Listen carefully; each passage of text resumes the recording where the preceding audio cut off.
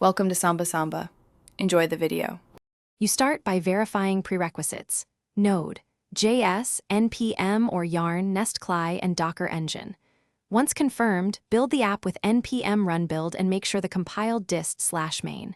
JS runs locally. Next, create a Docker file and Docker ignore in the project root. This prevents node modules, logs, and local env files from inflating the image. While you create the Docker file, choose a base image like Node, 18 Alpine for a smaller footprint, and set the working directory for deterministic builds. Now construct a multi-stage Docker file to keep images lean. Install dependencies in one stage, compile in another, and copy only the runtime artifacts into the final image. Copy package. JSON first to leverage cache, install production deps, then copy source and run npm run build. Use node env equals production and create a non-root user to run the app, expose the Nest port, and add a health check. Once written, build the image with docker build t-nestapp, latest, and examine build output for missing files. Finally, run and orchestrate.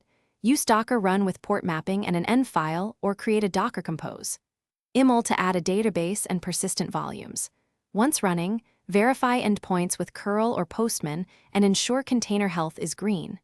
If something breaks, check Docker logs and container status, then Docker inspect the image layers to spot missing build artifacts. Make sure you rebuild with no cache when dependency changes occur, and adjust file permissions if the app can't read runtime files. Thanks for watching. Consider subscribing if we helped you.